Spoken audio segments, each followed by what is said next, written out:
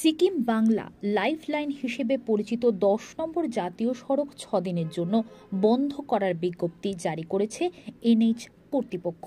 সামনেই ভরা বর্ষা।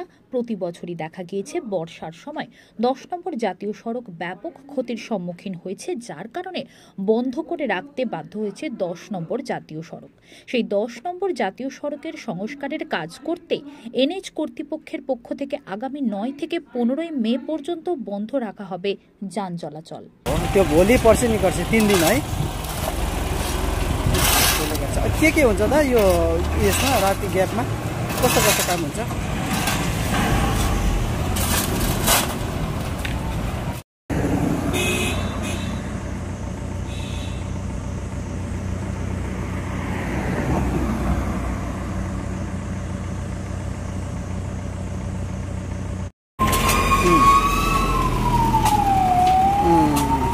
तिनीहरू यता आउँदैन है?